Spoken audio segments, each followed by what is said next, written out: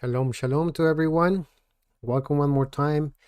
And we keep going forward in this Leviticus 23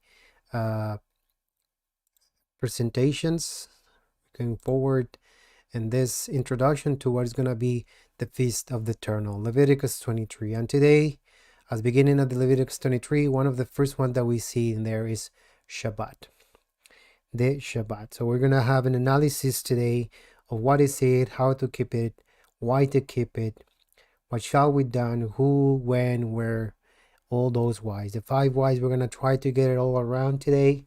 And we're going to try to get some of those analysis of what Shabbat should be for the believer in Mashiach, Yeshua, and the commandments of the Father.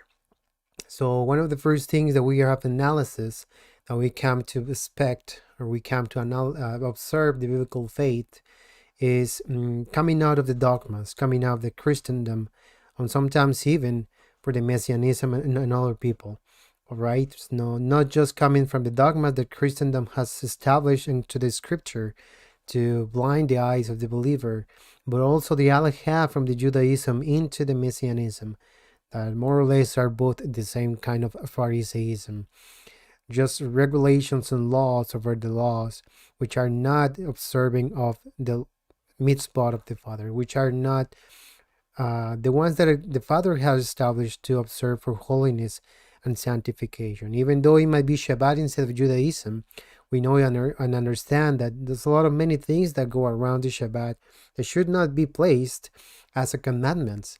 They're being established as ritual laws, like the oral law that we know. And we know that all of them are not just the commandments as they have established. So we're going to take a look at that today. We're going to take a look of those little things. But just as I mentioned, just the beginning, we have to remind that one of the first things that the Shabbat was never changed, that Yeshua never came to change the law, that Yeshua never came to abolish the commandments or to take it away. Even Shaul said that he also believed in every single thing right down in the Torah and the prophets on the resurrection of Yeshua the Mashiach for the eternity. So as we have mentioned before, the commandments of the Father and the faith in Mashiach Yeshua, right? The same thing that we have. Blessed are those who keep the commandments of the Father. And there's too many texts to all go allusion to the obedience of the Father. So we're going to keep going on to that, more or less, observing what would be the commandments of the Father and what would we have to be in the commandments and ordinance, the mitzvot, the edot in this case, because it's a Shabbat, it's a time, specific time, and what is going to be a testimonial to keep on Shabbat.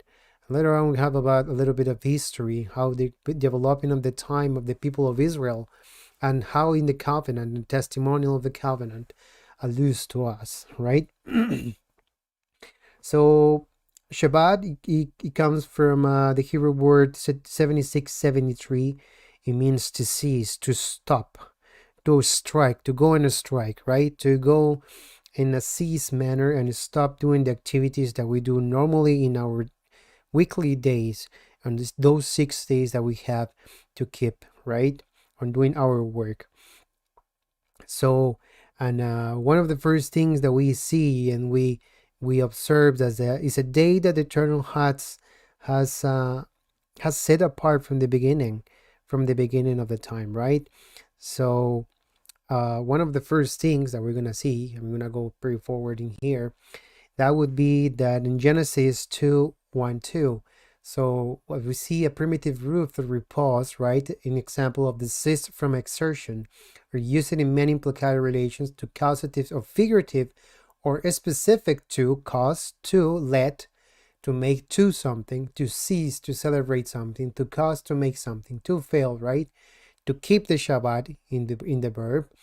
Suffer, to be lucky enough, to leave out, to put away, or to put down something, to make to, rest, to make to rid, to steal, or to take away, right? So the grammar English, we understand that for more the causative verb of to stop, to cease, right? In a figurative way, to strike out. So that would be the word Shabbat, right? A cease manner, 7673, right? And we're going to have to analysis here on this that I didn't write down what would be. That's in Genesis 2:1-2. And we have the analysis, and the heavens and the earth were finished, and all the hosts of them. And on the seventh day Elohim finished his work. His work. That's melachot, melacha. The Hebrew word melachas. We're going to take an analysis to that further on. Which he had made, and ceased, Shabbat, by the seventh day from all his work which he had made. Blessed Elohim the seventh day, and sanctify it. Blessed Elohim, again, Bashbot Elohim the seventh day, by Kadesh, sanctify it. For when he had ceased from all his work which he had made, where Elohim had made, right? So on the left side we have the Hebrew there. It was Bahulu Hashemayim, Becharis Bechol Sebaam, Vaychal Elohim Bayom Hashbi Melato Asherasa. Melachto Asherasa. Vaychal Elohim Bayom Hashbi Melachto Asherasa. That's his work that he has done. Bashbot Bayom, and the Shabbat day, Bashbot Bayom Hashbi. Bashbot Bayom Hashbi. So we have that Bashbot, and ceased on the seventh day, Bayom Hashbi. Bashbot Bayom Hashbi. Mikol Melato Asherasa, from the whole his work that he has done, right?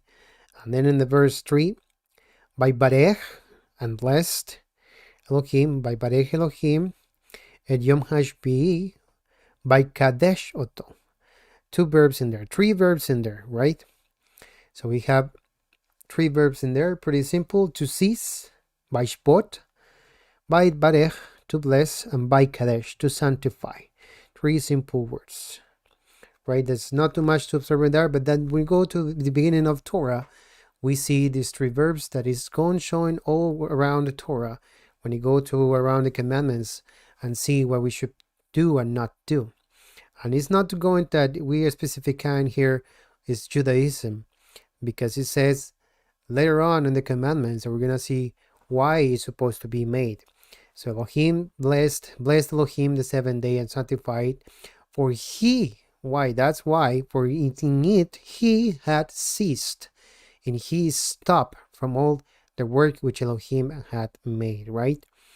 So this cease to stop, right? So by Shbot, to cease, that's the first thing to keep in mind. By Barech, to bless the Shabbat. By Kadesh, to sanctify, to set it apart, to make it different. So this passage shows exactly three words that we should do on Shabbat.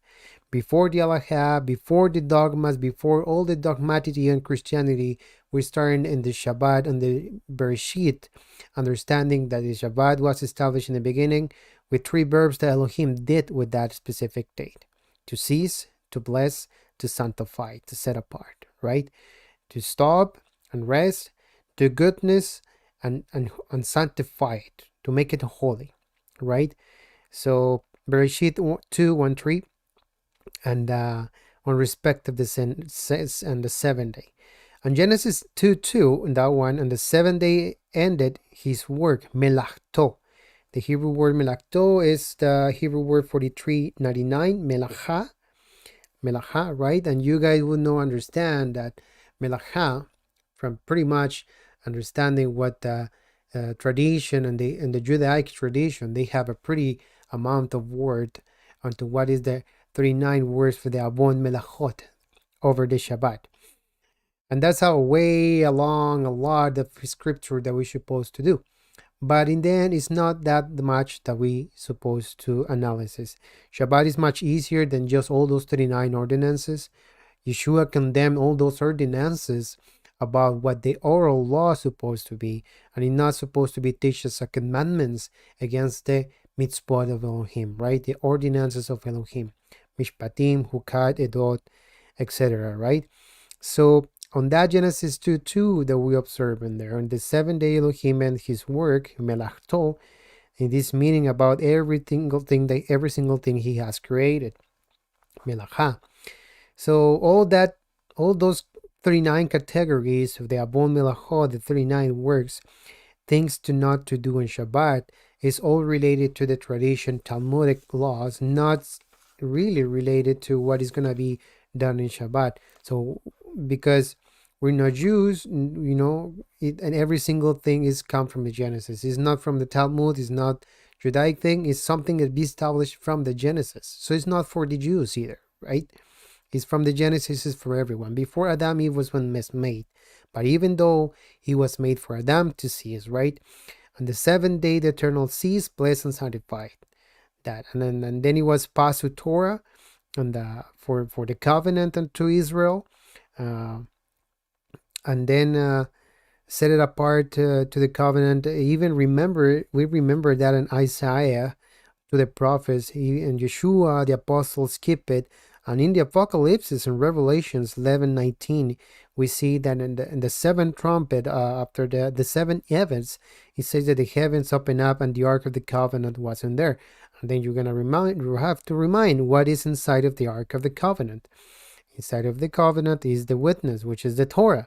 What is inside of the witness? The Shabbat. Of course, inside the Torah is the witness, the Ten Commandments. The fourth one is the Shabbat, because it's a seal also according to Exodus 31, that we're going to see somewhere in analysis further on, right?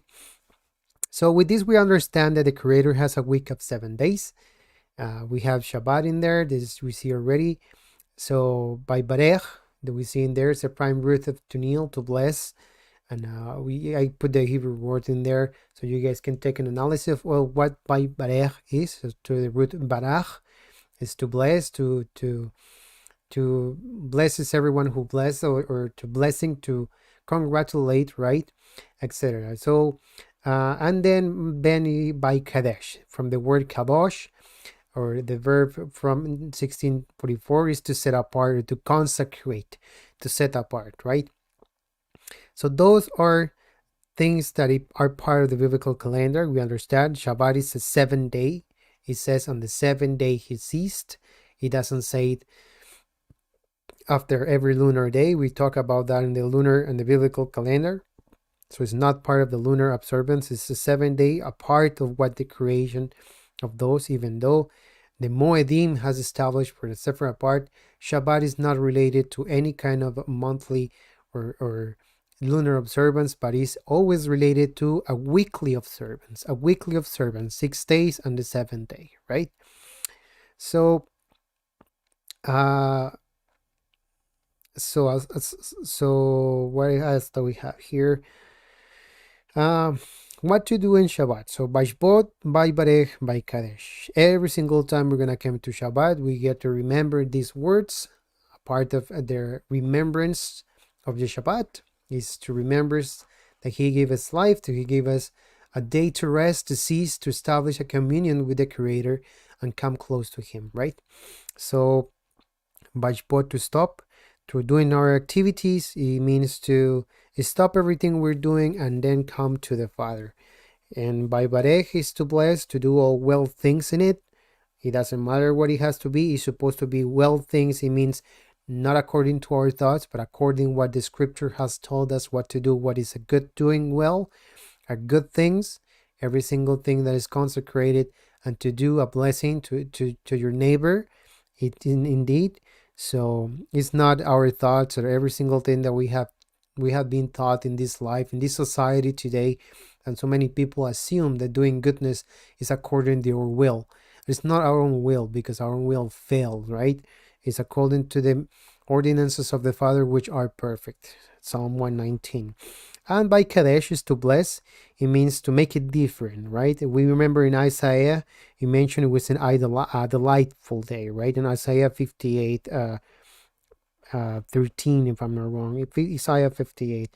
So, and remind again that Yeshua came not to abolish, but to fulfill. And who walks in something to teach it, right? Who's not going to walk in something if it's not to teach it, right? So that more or less will be that part. What else we can say? So one more part that we have to analyze in the scriptural ordinances would be we don't see in the beginning from the Bereshit witnesses, right? But we see that people actually skip always the Torah to go to the Halakha, to the Agada and the Midrashim and the things they have to do in applications for the Shabbat, not just on Shabbat, but many of the old ordinances around every single commandment that has been written down on Torah. And those are the best ones to do that are those old guys that had been condemned since 2000 years ago. I'm not telling them they're being evil part of that. People can follow that if they want, but Yeshua condemned pretty well that many things like that you keep doing. So washing their hands and stuff like that, they're not part of the commandments, they're not part of that. So that's why we're going to take analysis here of what the melacha, a melacha, part of the on the tradition, on the scripture, what the commandment on Shabbat should be. We're going to take a little analysis further on, deep in that. But for now, we're going to see that it's a business to cattle, to craftsmen, to detail, to duties, to do a labor, right? An occupation, a performed a project, right? To do a service, even something, to supply a task, to use, to workmanship, etc. So you see that melacha involves a lot of things. There has to be a lifting, on making an effort, on put something and to function, etc., etc., right? That would be the verb of melacha. But because I'm going to put just an example of what the halacha says that we should not do, that you should not drink a coffee in your backyard, by example, because if you drip a little of that water into the backyard, that water bringing down to the land, it will make something, it will make life, and that's going to be an halacha. That's called an halacha, which is, and they mean that as a transgression. Where's the transgression? I mean, right? That's part of the oral tradition, and that's part of the geserot. That's part of the geserot. So a restriction, right? Very different to the Mishpatim, which a law where they have an objective of holiness and sanctification, set you apart, taken out from evil ways. But what is drinking about the coffee in your garden? Nothing, right? Something happens with the minhagim and the takanot. All those, that's something that is not established on Torah. If the Eternal will like to establish all those things in Torah, he would put it on there, and to make seems an objective option to make holiness on you. But it's not holiness on those things. It's just to make a tradition of just ridiculous things. You're not obligated to do that, but if you will to do that, you're more than welcome to go in there, right? Yeshua really well said, it's a lot of things like that you keep doing, and you're very expert to set away the commandment of the Father. Another word that we're going to remember here is sachar, to remember. It's a very important word inside the Shabbat, is to remember as well. Sachar. So bring to remembrance, bring into mind, brings to remembrance, call in mind, to celebrate, even mind. You minding that, just to celebrate, still to remember, come to remembrance, right? To consider, to keep. Sahar also means to keep, to make it and work, to do it. It means sahar, right? He says also to preserve, to put in remembrance, to record, remember, remembering, etc. So take thought of what remember. That would be just the verbs that involves of the Torah into the Shabbat. So those being the commandments that we need to understand and the surroundings about the Torah, we're going to now to see the history and the testimonials on Shabbat, which is very important into the inside of people of Israel to understand how they kept the Shabbat, how we should keep it, and what Yeshua said about it, which is the more important thing, right? So we don't see from the beginning, we don't see from Adam to Noah, from Adam to Hava, Seth, Noah to Shem, that they have any straight allusion of the Shabbat keeping, though, but they also have that remembrance of that. Even the if we remember Enoch, who walking on his ways, and he took it and he elevated him, right? He said took him, right? So same thing speaks about Noah. He was rightful in the eyes of the Father, By ordinance, he would say they would keep the Shabbat. Just as pretty logical. We would not be in transgression, made of keeping the Shabbat away, not because it's not mentioned until Moses, right? Until Moshe. So for sure, those by inheritance, we understand that they kept Shabbat, right? Even it's not mentioned, the laws that apply before the Mount Sinai, right? Then not to kill, but we see that they have in there not to kill, to be uprightness. We see in Abraham, right? They ate kosher. We see that in Noah with after the flood, and they have a levirate marriage, and that we see after after Israel, right? So from Enoch, Noah, and Abraham, we have an inheritance that they kept those commandments, which are holiness to the Father, right? Then we go after the Peruvian, which after Abraham and Moshe, which are more evident, but it's not remembered until Exodus 20, when is the 10 commandments given in the Mount Sinai, right? Which are the 10 phrases known into the Hebrew understanding, or Aseret Hadevarim, which they take as a 10 commandments, but I said is 14 in there. So Exodus 28, remember the Shabbat to keep it holy. Remember Sahar, the Shabbat, to keep it holy. So we jump from Bereshit to Exodus, and then you see in the exit of the Exodus, after the Mount Sinai, the first thing that he gives to them, before even to give the whole laws to them, is remember the Shabbat to keep it holy. He says, Sahar, the Shabbat day to keep it holy. He just makes an assurance that all these witnesses before the Peruvian time, they were doing this commandment. They were doing this mitzvot, this ordinance, right? They were remembered, they were setting apart, they were sanctifying it, as we just mentioned. They were doing all these three verbs that we just mentioned in the Torah, which is to cease, to bless, and to sanctify. Because they were men of holiness to the Father, is more than logical that they just kept doing all those ordinances as well. So in Exodus 28, right? So we keep to Shemot on Exodus 29 to 11. Actually, you start in 8. Remember the Shabbat to keep it holy. And it says, 6 days you should do your labor, your melcha, and do all your work. 6 days are to work 6 days, right? And do all your work. But in the 7th day, it says, and in the 7th day, Exodus 20:10, the verse 10, is Shabbat to the eternal your Elohim. Is Shabbat to eternal your Elohim. Is consecrated for him. He sanctified, he set it apart, right? Exodus 20:11, for in 6 days, and he just gonna mention in there, he just gonna remind something, for in 6 days, the eternal bless and make it, the Shabbat, make it holy. I think I missed the verbs somewhere. I just don't mind find my verse in here, but in Exodus 20, he just reminds that he comes because in the 7th day he stop and bless the 7th day to make it holy. He just reminds and points us back to the Bereshit, to the Genesis. So we see that even from Shemot, Eternals is just telling his people to remind and to keep the Shabbat, and to remember that that was because he made it holy on the beginning of the time, right? So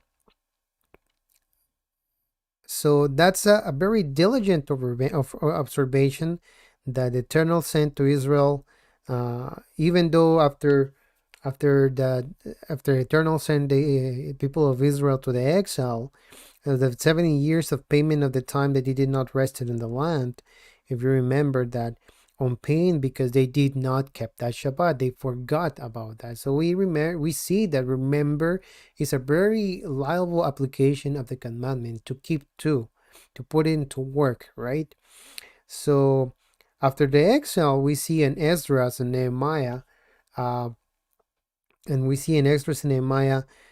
start making a kind of a custom of the Sukkot era and the Tanaim, or the two pairs of the elders and the people of Israel, then they start putting those extra requirements into the commandments of the Torah. So all those things start making the Shabbat a heavy burden, right? They didn't want to make the commandments break it again because you're going to go to exile one more time. But we remember that it was not just the Shabbat, it's also the idolatry inside the people of Israel, which make the eternal angry about these things. So after the exile, we see that all these extra requirements about 300, 400 years before Mashiach, they start doing it though. Even we see in the prophets that they start making all those observations from the prophet Jeremiah to the scribes, to the people, right? To the leaders of their people. And then he just go back to even um, uh, this last prophet. So I forgot the name. So we see those takanot start burning in there, putting extra burdens and extra burdens to fulfill the commandments, which were not necessary inside of the people of Israel, because fulfill the commandments is a guide of obedience already, right? It's a point, it's a target that we should walk at, and alert us on sanctification, right? Falling away of the Torah, falling away of these commandments, that makes the condition of the man being on assimilation to the word, right? So those things make all falling away and being walking into sinning ways, right? Something is wrong with my presentation.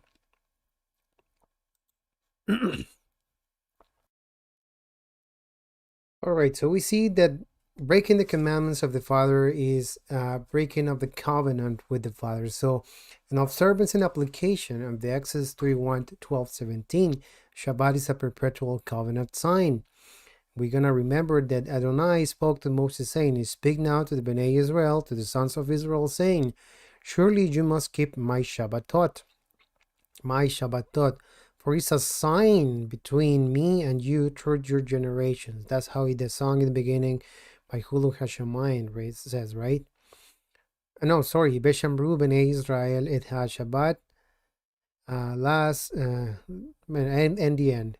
So there are to keep the Shabbat because it is holy for you. It's already holy. I mean, Jesus didn't make to something holy when it's already holy, or to sanctify a day that is not holy because he took away the Shabbat to make it on a Sunday, right?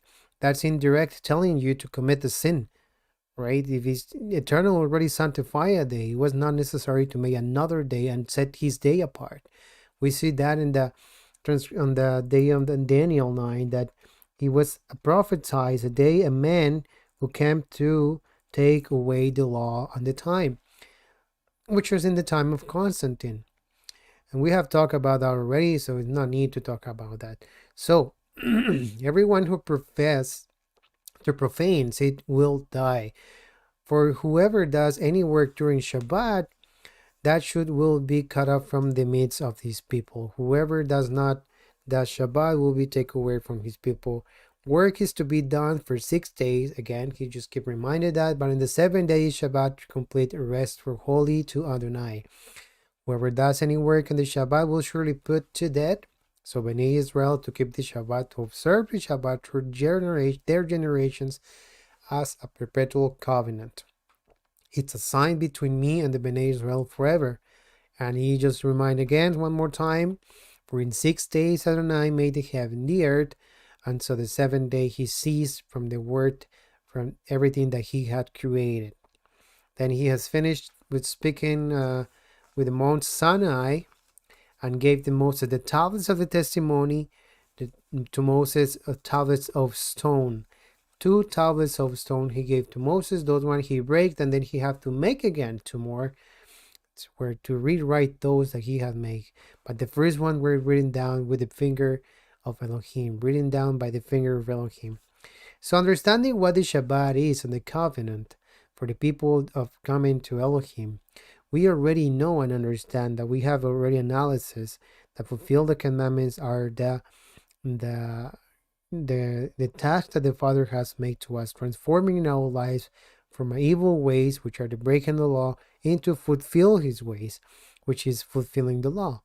not because that was going to give us salvation, but because we're glad, and those are the fruits of the salvation, which is obedience, right? So Yeshua makes very, very clarifications that the holy bread is going to remind us every single thing that Yeshua said. And in all the prophets we see, and even in the same here in the book of Acts, that the Holy Spirit was come to the people to make all those commandments being written down, not in two tablets of stone, but in our heart and in our mind, right? Once they're written down in our heart, in our mind, they will not just go away. It was impossible to just forget about those things. Or if whoever is still forgetting about to keep a Shabbat, let me tell you that it's going to be something really wrong with it. That's not faith. That's not assurance. That's not conviction. That might be just pure emotion, right? So Yeshua told the Holy Presence will remind you all things as said. So if some of you can't pull them, something that we have to remind on Numbers 15:22 about the tzitzit, right? The tastes. So we have to remember that falling away from the condition to keep those commandments and the people of Israel, it was taking them away from the people of Israel. It's not different to us. We're going to take an analysis for a couple verses more further than we are in the same condition. But in that guy, we see and remember that in Numbers 15:39, a guy who was found transgressing the Shabbat, he was put down to death by stone, right? Because it says in there the Tzitziot came from a rebellion. And he said, Eternal, do not forget my commandments, and so put them and tie them into you. So and do not follow your own heart and your own eyes. Who that come into faith and obedience to the Father will keep driving your own into your own heart and in your own eyes. If we know that our heart is being driven by the Torah and our eyes is going to be driven by the mind of Mashiach, that's going to be impossible. And that's the task of the Holy Spirit. It's not falling down like cockroaches on the floor and speaking mumble tongues. No, that's understanding the commandments of the Father and pouring into work, making on task, making fulfill them, right? So that's one something, the tassels. If you feel that you cannot remember the Shabbat or any other commandment because you keep forgetting it, and then just tie them to you, make themselves, not forget the commandments of the Father. But the work of the Spirit of the Father, the Ruach HaKodesh, is precisely to that. I'll put my commandments in your mind, in your heart. I'll change your heart of stone. I'll put one of flesh, and I'll put you to walk in my commandments and put them to work. More than that, I cannot go back to old prophets and remind every single thing he said about promise that Yeshua said the Holy Presence will remind us to do. Also, another thing that we see with the Pharisees is that Yeshua have a conversation about the Pharisees, and we're going to have a little something here that is the observance of the Torah against the alachot, the observance of the mitzvot against the takanot. Something that we might see inside of the Jewish religion is that every single time in the Agadah, which is before they start the Shabbat, they give the blessings for the lights, they give the blessings for the wine, for every single thing they might have to that. So, and they start to take in that the Baruch atah Adonai Eloheinu melech haolam asher kishanu b'tzivanu.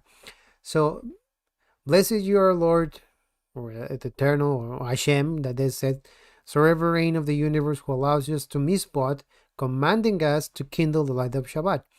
And when you see that they take the commandment of Torah and put them into what they said in these blessings, there is no commandment of Torah to tell us today to kindle the light of Shabbat, because they have no temple. And the lights were a commandment to kindle the light on the service for the temple, for the Mishkan. There's no Mishkan today. Of course, they are all figures of the Mashiach, which is the light of the world, who comes to give us light, but they don't believe in Mashiach. That will be their problem. Whoever sought to keep doing this alachot, or this Seder of Shabbat, but no problem, you can keep doing it. But I gotta remind you that those are things that are not A commandment, if somebody's teaching you this as a commandment, tell you that is very wrong. It's not done like that, right? We are to remind the halacha. It was something that it was to take dominions over something, because they have not a service in the temple anymore, right? So they start establishing all these things couple of years before Mashiach, and they just started writing down in the Torah, on the Talmud 300 years after Mashiach. Was known as the Mishnah, the Gemara, the Talmud, then it started Shulchan Aruch, the Zohar, very, very close to our days. So all those are just a tradition of millennia of people who had rejected Yeshua since 2,000 years ago. And they just keep saying that all these minhagim, or these mitzvot, these takanot, are just because they are people who have keep on the faith. They are not people who are keeping the faith because they are just keep Torah. It doesn't mean that they have clean of Yeshua. Torah is the shadow of Yeshua, and Yeshua points back to Torah. If they were keeping Torah, they will mind to come back to Yeshua a long time ago. But if not, they're just following the literal of the commandment, and not the spiritual of the commandment, which is every single time. So coming to Shabbat, it has to be put down in the Shalom of Yeshua, right? So we're going to take an analysis here. And it says, I'm going to read here, the Perushim and some of the Torah teachers who had come from the Jerusalem gathered together with Yeshua and saw that some of his Talmidim, his disciples, ate with ritually unclean hands. That is, without doing the Nitilat Yadayim, or washing their hands, the ritual of washing their hands, something they still do until today. So they have not changed too much of their tradition. They keep doing the same traditions as they did back in then. For the Perishim, indeed, and all the Judeans, holding fast to the tradition of the elders. And then you mean, what is the tradition of the elders? Because that's specifically not in Torah. Nowhere in Torah says something like that. Even just common sense to wash your hands before you eat is nothing such a thing. So do not eat unless they have given their hands a ceremonial washing. Also, when they come from the marketplace, they do not eat unless they have rinsed their hands up to their wrist. Up to their wrist. It cannot be just simple wash hands. I mean, COVID-19 today is nothing, right? And they adhere to many other traditions, such as washing cups, pots, bronze, and vessels. All those traditional things. So the Perushim and the Torah teacher asking him, why don't your Talmidim, your disciples, live in accordance with the tradition of the elders?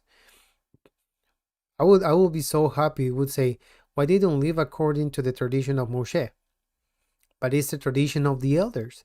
And the tradition of the elders, that not specifically says go, the Torah says like that. It's go, Rabbi X says that, Rabbi Y says that, Rabbi says like this, and they don't have a common well, right? So then, why don't you tell me they live in accordance with the tradition of the elders, but instead eat with ritually unclean hands? So Yeshua answered them. Yeshayahu was right when he prophesied about you hypocrites. When he prophesied, imagine, he was talking about them long time before, what they were doing since then. So it's not something new. Eternal knows pretty right what these people are doing for a long time. And it's not something that is just being changed in a couple, 4,000 years, 300 to 1,700 years. He has a quite of 2,400 years, right? So Yeshayahu was right when he prophesied about you hypocrites. Hypocrites. He's saying, tell them hypocrites, but just because you're putting all those there many other traditions to the commandments of the Father. That's a hypocrisy to the eyes of the Father. As it is written, and he just come back to Torah. He just pointed back to Torah. As it is written, these people honor me with the lips, but their hearts are just away from me. They worship me with is useless, because they teach man-made rules as they were doctrines. So when we see all those religions making all those man-made rules as if they were doctrines, and then departing from the Eternal's commandment and holding into human tradition, indeed, he just keeps saying till today, You have made a fine art of departing from Eternal's command in order to keep your tradition. Yeshua until today is just reminding us, because the man-made rules, that doctrines, the religions had made, departing us from the Eternal's command and holding to human tradition, right? And that's hypocrisy. Not unless he has reminded us, depart from me, you evildoers, right? Or breaking of Torah. With your tradition, what you had handed down to you, you nullify the word of Elohim, and you do other things like this. Mark 7, 1 to 13. So it's nothing new that we come until today and seeing all these commandments that these rabbis had built to all this time. Is the same hypocrisy Yeshua marked back down then. We have no necessity to do such things. Understanding the spiritual value of the bread of the heaven, understanding the spiritual value of the lights in the tabernacle, kindle the light. If Yeshua is going to come back until it's a daylight again, we should be light in this world. So we turn our light to the people who want to come to the Father. That's what the lights in the Mishkan, right? We are living tabernacle of the Elohim. So all those melachot are pretty straight, and I'm not mentioning that Yeshua was super flexible with the observance of Shabbat, right? This was very strict too. So in Shabbat we see that to bless versus tradition, the Shabbat in Yeshua was a restoration of men to doing good, to do plus, right? So Yeshua is to do goodness, and the Shabbat in Yeshua is to do goodness, to do uprightness, to set apart and to cease, to stop doing the activities. If it's necessary to do mercy, do mercy. Priority is to be merciful, right? If it's necessary to do justice, we do justice. If it's necessary to help someone in need, and just go out of your house and do help these people, you help these people. Always is to be present this in Shabbat. Why? So we're going to see this is why. Now it happened in Shabbat that Yeshua was going through the grain fields, and his disciples, his Talmidim, began to make their way, blocking the heads of grain. Then the Pharisees, one more time, were saying to him, look, why are they doing what is not permitted in Shabbat? One of the first things that you question to yourself, where in Torah says that you should not permit picking up the heads of the grain? Of course, it's a melacha. So you can see that yes, it's a transgression because they're picking the grains on Shabbat, right? And they said to them, and he said to them, then is observance of the Shabbat on Yeshua's perspective.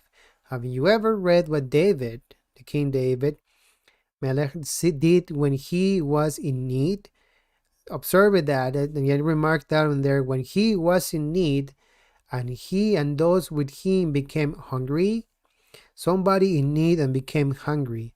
And then he entered to the house of the Eternal when Abiathar was Kohen Gadol, and he ate the showed bread. We understand that the showed bread was holy and was only for the Eternal. They did not die because they touched the bread. Same thing with the Kohen. There was no observance of transgression when we go back to Daniel and of that paragraph, I think it's in Samuel, which is permitted only for the Kohanim to eat. But they gave some even to those who were in him. Then he said to them, nothing happened to the Kohen Hagadol, right? But then he said, so Shabbat was made for men and not men for Shabbat. Shabbat was made for men and not men for Shabbat. Yeshua, what is this? Master explains us what is Shabbat made for man. For the Son of Man is owner even of Shabbat, right? He's owner, he's Adon, he's ruler of the Shabbat. He's explaining his people how to observe and doing what the Eternal was willing to do with his people is to do uprightness, to do goodness, and to do all these activities that are necessary for mercy and which are priority and being merciful and keep the Shabbat. That doesn't mean that it's going to exclude you to break the Shabbat and not keep it away, because it's going to be always a time to observe and to keep those commandments on doing goodness, to be merciful, to do tzedakah, right? But if it's in Shabbat, you do fulfill mitzvot, to be in your house, to gather with your family, which Shabbat starts in family, and then if it's necessity to do this, you can do that. Nobody's gonna say that because I'm in Shabbat, I'm not gonna go to work. Because I'm a doctor, I'm not gonna heal on Shabbat. That's not right. A doctor cannot feel that he's not gonna do that way. Some people back in the in school of Shammai and Hillel, they just kept saying that if somebody goes sick, he cannot go out of the house. Imagine how rule over that is over the commandments of the Father. Or if you're a doctor, you need to heal because you're in Shabbat, you cannot get out of the house to heal that person. That's just so contradictive. Life is more priority, and do blessing is more benefitful to somebody else. That's make it holy, sanctify too, right? So Yeshua allow here his disciples to make an halacha, right?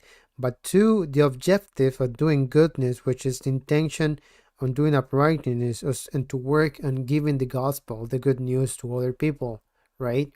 That's what we see on Mark 2, 23, 27. So sorry, we're closing Shabbat. It's an observance, yes. It's a need, yes. It's the way they're supposed to keep Shabbat from home. But if it's in a need, in a case of an emergency case, to do goodness, sanctification, rightness, help someone, giving money even to everyone, is not a melacha. It's not a breaking of commandment. Yes, it's condemned to use money on Shabbat. But if the objective is to do a blessing to anyone, it's not a transgression. It's a blessing, right? So those more or less is gonna be that. So Shabbat is also to be equitative, right? To be reasonable. You cannot come to Shabbat and say, not apply heavy loads into you. Say, I'm not gonna work or to be on Shabbat anymore. We have to understand the application time by time, slow but slow, step by step, of the commandments in our life, right? We cannot take and hug all the commandments right away. That's why the disciples say, you know what, first we're going to give them these four. Giving away of the idolatry, not eating choked blood, away of the fornications, and all this mitzvah. And then in every Shabbat, they will keep learning what Moses is being preached in every synagogue. What is Moses being preached in every synagogue? The Torah. What the eternal is being read down through the new covenant on Yeshua, his commandments in our mind, in our heart. That's just as simple as that. The whole new gospel, the whole new covenant speaks about that, right? And keep walking into obedience, keep walking in sanctification, not just walking away from the commandments of the Father because your own will, right? Or in a day that is not established for anyone but for a man. In the case of Constantine, he established the Sunday, which is a day of idolatry, and you just amend that commandment to the Father, which is not established even by Yeshua or by the Father. It's your own will. That's falling away totally from the covenant. Just to make some mention of that, right? So the application is to be merciful, to be kind, which sometimes allow to build an instruction in our lives, as in other times we have to put away in favor of kindness, right? Not mentioning the changes that involves in our society that has educated us into live without the instruction from the Father. So it could even come into conflict against our work or even to our marriage sometimes. In example, I will put if we stop working this day because it's Shabbat, and then he has some problems to work because he loses his job because he needs to work in Shabbat, and he said, I'm not going to work anymore in Shabbat, I'm just going to sanctify it. But then he loses his job, he starts making problems with his work, loses his job, like I said, and then it comes more and more problems, and there is a loss of conviction if it's not enough faith in that person, and it will be a heavy load for you, right? So you cannot come to observe from one day to another when we are in Egypt that is observance of this word that we have today, and we have to slowly coming down to observe Torah because we're never being objected to destruction of the Father. So when we come to the Hebrew faith, the biblical faith, we actually see that the people of Israel had some problem as well with that. We see that the transgression of the variety of commandments in the desert. So we have to do where we have to do to start this, same as they're doing. They walk in the desert, same that we have to start working out in the desert and being tested with the Father. He's going to give us water, the water of the eternal Father, which is Yeshua. He's going to give us bread from the heaven, which is the word of Yeshua. Again, one more time, we see all that in the Brit Hadashah, right, the New Testament. So to begin with, that is a get a process of to disengage ourselves and so many years of dogmas and so many years of religion and so many years of philosophy, etc., etc., etc., and start a process to set apart the Shabbat. And the same to the other day holidays convocations, right? Not just the Shabbat, because it's the whole holy convocations of your Elohim, of the Father. So at the same time, the to other holy day convocations, because some people may get the Shabbat right away and a day to keep it apart, but when it comes to holy days, there's another problem, right? Holy convocation sometimes is a trouble because there are 7 days, because they fall inside of the week. So oops, we have to take sometimes slowly steps to start working on faith with assurance and not with a doubting of where we're deciding, right? So we have to decide if we have to ask for day off, if we have to take these kind of situations to ask for a day off, or take a risk of the work, or just doing as the day normally would be and just consecrate the half of the day that we have day off, things like that. So the word is always demanding from us. It will never stop, regardless if we keep keeping the holidays. It's always gonna stop. It's always gonna keep demanding from us this kind of Egypt, right? That we live in today. This kind of bondage we have to suffer. This is why we understand that we sure that we have to get out of it, but we have to come it with wisdom and with secure steps, with faith, with certainty, with conviction. Because if we do not, then contrarily, and this usually happens sometimes, and many people to come out hurriedly, right? Not planning out. As Yeshua said, which of you desiring to build a tower does not first sit down and think, or doesn't count the cost to see if he has enough to finish, right? And that's talking about the discipleship specifically. Luke 14:25-33. Luke 14:25-33. So you see, Yeshua even mentioned that we have to be smart and to come to the wisdom of the Father. It's not something that comes just from feeling an emotion and just fulfilling a desire of our own. No, it's just a renew of our mind, like even Paul mentions in the Brit Hadashah. For some groups, this is very demanding. For some groups, Hebrew roots, Messianic, you have to come follow a lot of heavy burdens. That influence make people to not calculate sometimes, and they start to repudiate the Shabbat, to repudiate the Shabbat, like I said, and not to, and they start saying not to it, right? Not just to Shabbat, but then missing the whole blessings on following the commandments of the Father. You say, no, you know what? I'm going to stay as I am. I'm going to stay as I am. That's heavy burdens. That's the Judaism. That's it. So we have to be understood that this is a process that goes along with faith, the conviction, the certainty, and the wisdom. And then when we start to get in this, by the next will be then how I'm going to do it, how I'm going to apply it, what I'm going to do, how shall I do it, what else do I do, right? So one of the first things that we see in what to do, what not to do, I place here manna from heaven. Shabbat is going to give us manna from the heaven. And mostly people who were curious to Judaism, of course, with a blind eye, because what we regularly do is they have been doing it for long years, so they know how to do it.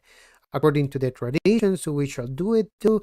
What they do, what they should not do, though, and what they use, and what we have to avoid to use. So taking the Judaic Seder, to do the Shabbat, to keep Shabbat, which is not written in Torah because it's a liturgy, practices, subjects, texts, ceremonies, even a synagogue, which is not written down. We talk about that previous chapter. So all that starts in there, right? So we see that you have to need of a congregation, number one, a congregation, a synagogue, a church. We don't see nothing of that into Torah because it starts at home, right? We're gonna see that it starts at home. Second of all is the time of place, the time. Which time is if you see that the Shabbat is to study the Torah, to come to study the Torah. As we see on Ezra and Nehemiah, they set the time to study the Haftarah and Parashah as Yeshua did in times of on his time where he came to bring the gospel toward the people. So do you see that it's not something wrong to go to a church I mean, I'm not going to say that the church is something right to do, but the most eloquent to do is somewhere just to study the word. It's not something to gather and to dance and something like that. But that's nothing writing down in Torah, something that says like that. You have to not go so literal to the commandment, but you understand all these things, right? So the substitution to a temple service with songs, with any services, with candles, with liturgy, Sidurim, which is based down in the 3rd millennia or 6th millennia with the Mishnah and Gemara, those are things that you should not obviously do by commandment, right? So those things should not be teach as a commandment, as a mitzvot. I just want to clarify that. It should not be said that Shabbat is like that because they have been living like that. It's not a specifically doing like that. It shouldn't be taken as a model to keep it Shabbat either way. You're free to do it if you want to do it, but it's not an imposition, right? It should not be imposed as an imposition. It's not a general rule for that. So we're gonna read here manna from heaven. This is what Adonai has said. Tomorrow is Shabbat rest and holy Shabbat to Adonai. Again, one more time. And we're gonna start seeing something here. So bake whatever you would bake and boil what you will boil. Store up yourselves everything that remains until the morning. So they set it aside until the morning, just as Moses instructed, and they did not rot where there were any worms. So that means no worms comes out of it, and it didn't get wrong. Moses said, "Eat that today, because today is Shabbat of Adonai. Today you will not find it in the field, the manna, right? You are to gather or for 6 days, but in the 7th day is Shabbat, and there will be none." Yet on the 7th day, some of the people went out to gather, and they found none. Still, I mean, if they don't want to believe the word that Eternal has bring to his messenger, right, as is happening in here, I just want to point to this. They didn't believe that the word they sent to this messenger, right? So, and said people went out to gather and they found none, right? And the Eternal speak to Moses, "How long will you refuse to keep my mitzvot and my Torah? How long will you refuse to keep my mitzvot and my Torah?" Sometimes maybe we just commanding here, we just see that he's commanding in there just to not go out or just to cook whatever you're going to cook for the Shabbat. But we just can make mention here that is also by learning Shabbat, his Torah, his mitzvot, and walking away from Shabbat is walking away from his Torah. Walking away from Shabbat is keeping away his mitzvot from our life. So how long will you refuse to keep my mitzvot and my Torah? And of course, walking away from Torah is walking away from Yeshua. See, Adonai has given you the Shabbat. So in the 6th day, he gives you the bread of 2 days. Blessing. Confirmation of a blessing, right? Let every man stay in his place, and let no man go out in the 7th day. So the people rested on the 7th day. So we see two things in here. We see that 6th day we have to keep all the bread, all the food. We gather all the food that we're going to need for eating on the Shabbat day and the 7th day, and not walking away from our places. Like I said before, if it's a necessity to do goodness and sanctification and other kind of mitzvot, you're allowed to do it. It's not a regulation, imposition to that, but you, as much as you can, you will will to keep the commandment holy, right? That would be so all those things that we see that they start imposing as manna from the heaven, and then you want to keep your commandment of free wealth of not going out on Shabbat, then we keep all the food that we're gonna gather for the 7th day, and then you're gonna start. We're praying. I'm gonna give some instructions in here that you, for example, it's not a rule, like I said, but if, for example, you want to start your day Shabbat with a praying, and then go to sleep right away to cease to rest, that's still valid. That's still valid. It's not a general rule. For so if someone wants to perform a seder of 3 hours and then go for another study for 6 hours, and the end of the Shabbat another seder of 3 hours, that's still valid. My presentation broke off again. Sorry.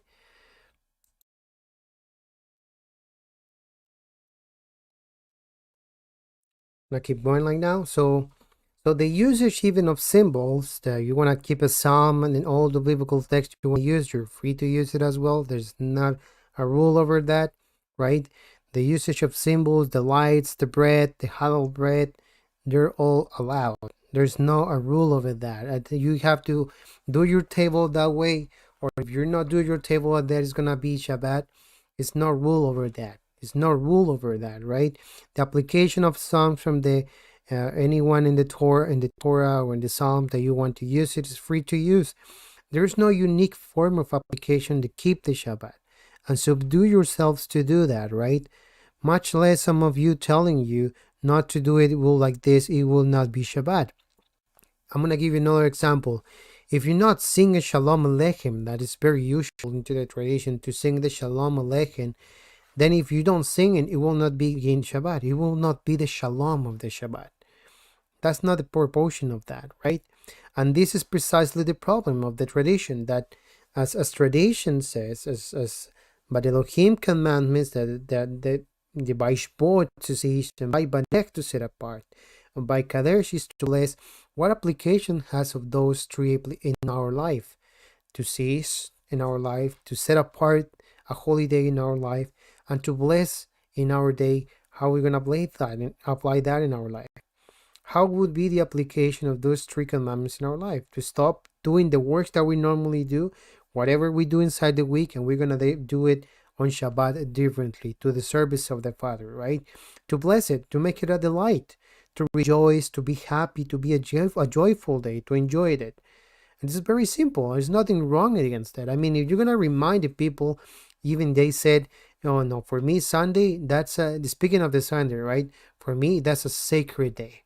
For me, Sunday is a sacred day. So how much more are we going to do that for Shabbat today, right? And understanding there's a commandment to the Father, saying that, you know what, I'm going to enjoy it. I'm going to make it a delightful for me. And to the Father, of course, right?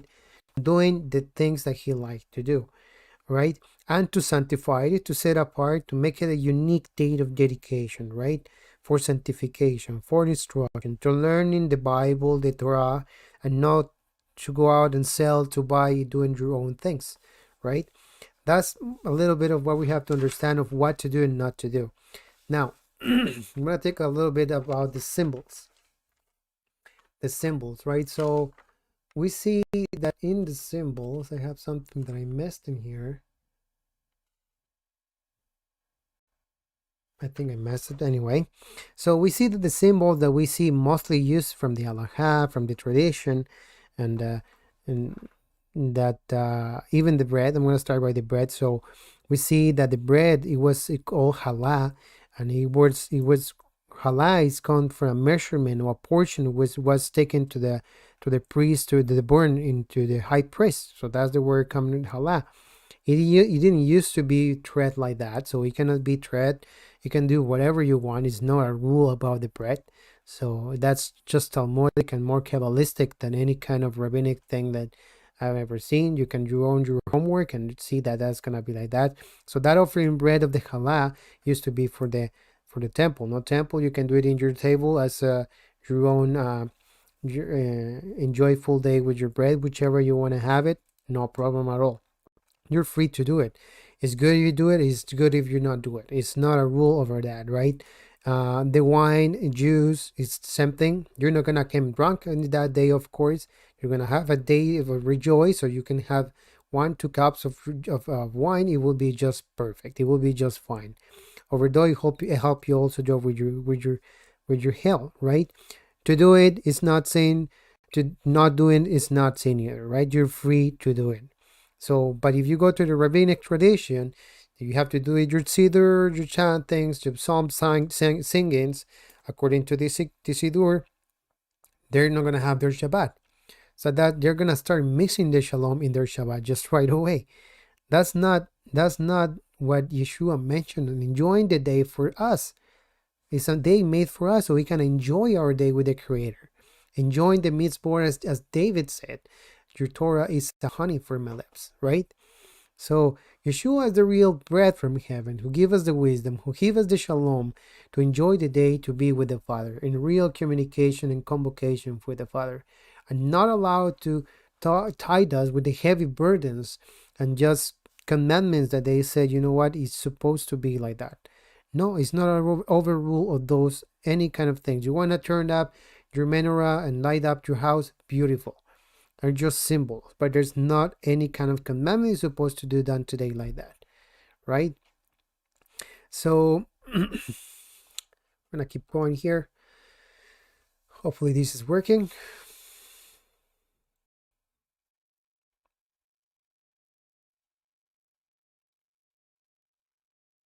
So something that we're gonna see that Yeshua said on Mark 2:27, maybe some other, if you will, the Shabbat was made for man and not man for Shabbat, right?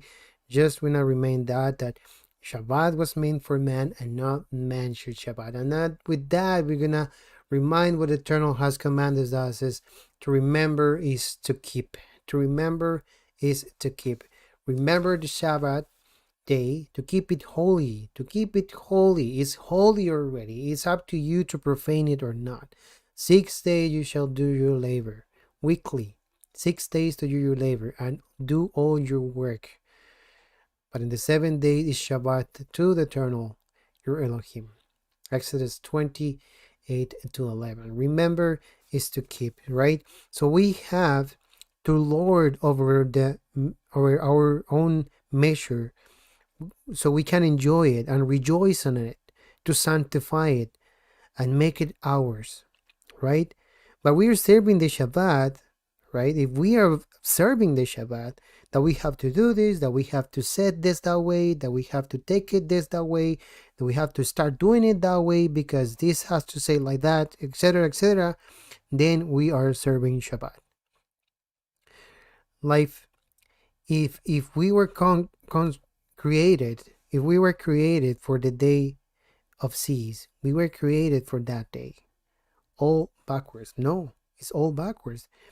To serve in a day, to subdue to a day, with Messiah's put to clear. But Messiah put it clear, sorry.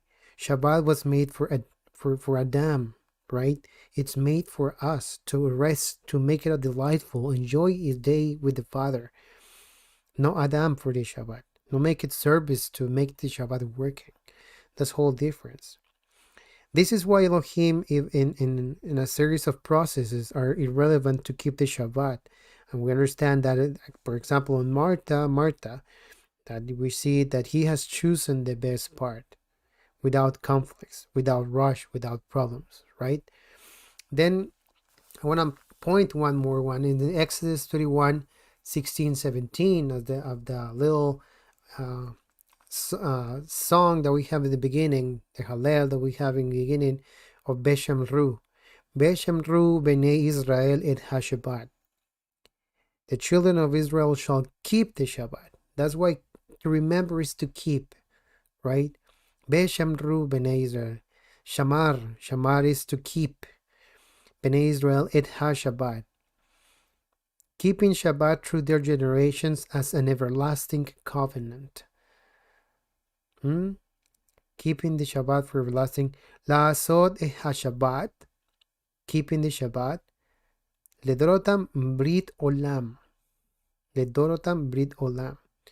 As an everlasting covenant. To observe the Shabbat through the generations for a perpetual covenant. I wrote down in there. Right? 17. It is a sign. It is a sign. Beniuven Bnei Israel Othi Leolam, assigned forever. In that case, for that covenant on that time with the people of Israel, and we're in a covenant with the blood of Yeshua, right? It's a sign between me and the children of Israel forever.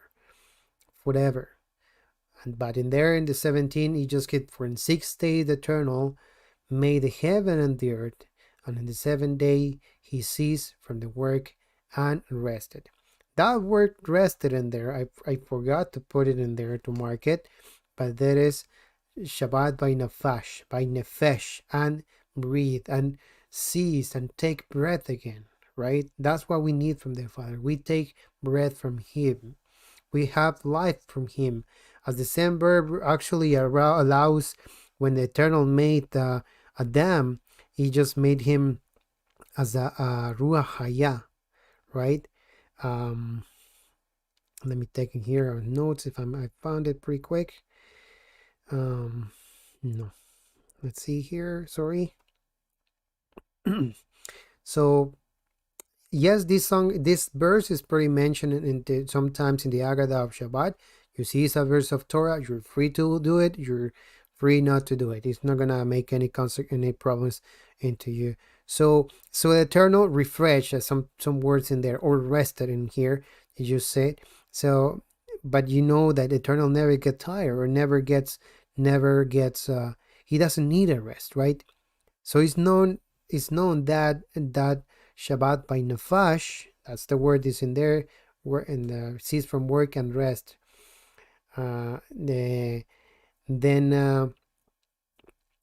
That's pointing out to refreshing, to the fruit. The Hebrew root by Nafash is from the root Nefesh. For 6 days is a physical creation, but an eternal found in the 7th day, a day to refresh, to make coming the illusion of the Nafash, his essence.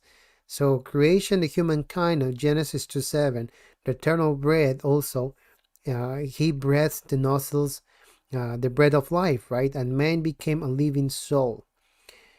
Adam Nefesh Haya. So that Nefesh that the eternal brings into that 7th day, Shabbat by Nafash, because he take that breath to live and to keep going on what we're doing, because he hasn't stopped doing it. He still keeps burning until today, right?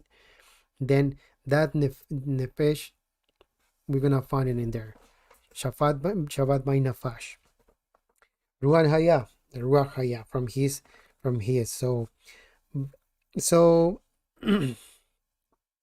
that's part of that, more or less. I wanted to mention just a little things here, maybe to the fire, to make fire. Torah literally says as a melacha, to make fire, right? So it would mean, and in this case, we have to remember that it doesn't mean any fire, to make any kind of spark, right? Or to make any kind of light, and that would take us to turn on the lamp, open the freezer, turn on your car. That would be the melacha, because you're making a spark, you're making fire, right? It would mean any kind of spark. For this reason, we have to analyze what the Torah is telling there, in their context, in their time, right? So if we have to take the commandment straightforward, that would be like that, right? And in order to make food, then or to go out to, and you're in a encampment to cut wood, that would the biblical concept. We're gonna go to the biblical concept. The biblical concept of making fire would be, and that's in order to make food, you have to go out to the encampment, cut wood, load it, tying it, carrying it, bringing it, and to make fire, right? That in making back then, how was to make fire? Back then it was to stone or wood friction against wood, right? Imagine the amount of work that you have to do, and then cook. That would, in that concept, we understand that we make fire has to do a labor that is at least it has involved more than half of the day, and that costed that task take at least half of the day. So for those that we have live in cabins, or that we know that example in Canada, we understand now that is an example in winter time. The heating time needs that wood cutting. It doesn't matter. For example, in Shabbat, you're inside of the cabin and you have no wood, that you need to keep yourself warm. Are you not going out to keep yourself warm? Your life is going to get in danger, right? So you need that fire. We see that intention of making fire for feeding, for healing, for warming. It will be something necessity, right? But if you're gonna take it for playing as a leisure, or for example, I'm gonna give another example. If you're gonna turn on your TV to see something secular and not for sanctification, that's a melaha, because you're not sanctifying the day. You're not setting it apart. You're not making it different, right? Same thing with your cell phone. That's another really clear example. You go to social networks to see something that is not deemed to do on sanctification for you, for your family, or any member of your family, that coming into obedience, coming to observance of sanctification, holiness, edification, discipleship, blessings in general, then all those works that are not working into the justice and uprightness are just being something that is not going to be beneficial for you, and it's going to be a transgression for sure, right? Just to mention that kind of fire. So you can make fire freely. It's just going to be a benefit on your keeping your Shabbat in order, right? In my case, I live in Canada. When it's minus 40, minus 45 in here, I need to turn on the heater. And you can imagine how much of heat I need in here the whole day to keep my house warm. The rooms of my kids, right? Or to warm up my food, because everything here works or electrically or gas, right? So that's a clear example in here. I mean, where the eternal will condemn me because I'm going to feed my kids on Shabbat, or the food is going to be frozen. My house cannot be frozen the entire day because of that, right? But it's because of food, you can warm it up in that day, but it has to be prepared a day before, right? That you don't spend the whole day warming up your food. To remain at home is one of those that we already see. So 6 days to do anything, retrieve the food that you have on 6 days, to prepare the day before, and to keep it for the next day, which is going to be Shabbat. That's what we saw. To go out, you cannot go out. I'm sorry, you have to not go out. It says in there, you should not go out. Or in case it's a doing goodness, or to do to someone, or to do justice and mercy, even to carry loads, heavy loads, you're allowed to do that, right? Because it's a benefit to doing blessings to someone, to do a need or help to a need, right? Even like I said, to lend money to the homeless on Shabbat is still okay, because it's a blessing. It's a blessing to others. To go out on a trip, I'm gonna give an example. To go out on a trip on Shabbat, if it's in a recreational activity and it is not going anything on sanctification, on sanctification and communion with the Creator, that's a transgression. That's a transgression right there, because you're supposed to keep in the day for yourself and not like that, right?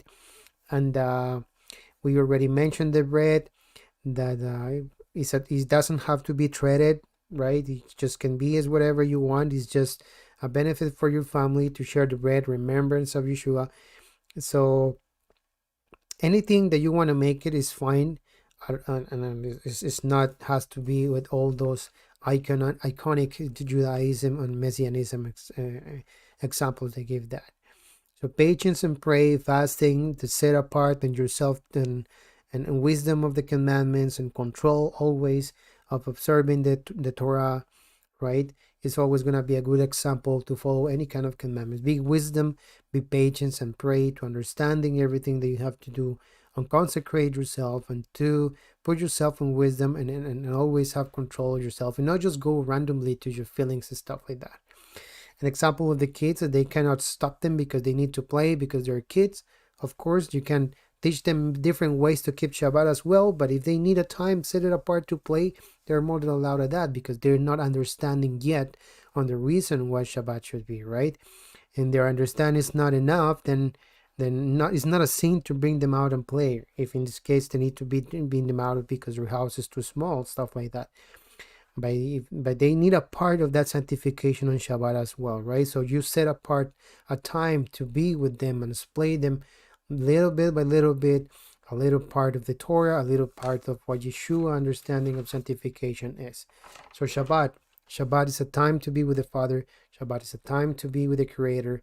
And it's about to be consecrating ourselves to the Father as long as we can. As long as we can do it, we're gonna do it, right? What else can I say? To remember is to keep. Remember to walk in obedience. To remember to walk in sanctification. And we Shabbat, after Shabbat, we learning more and more. That's something that we see. So the Feast of the Eternal, Leviticus 23. The Feast of the Eternal, Leviticus 23, is what we saw today. Shabbat, the first one, the first holy convocation we see in Leviticus 23.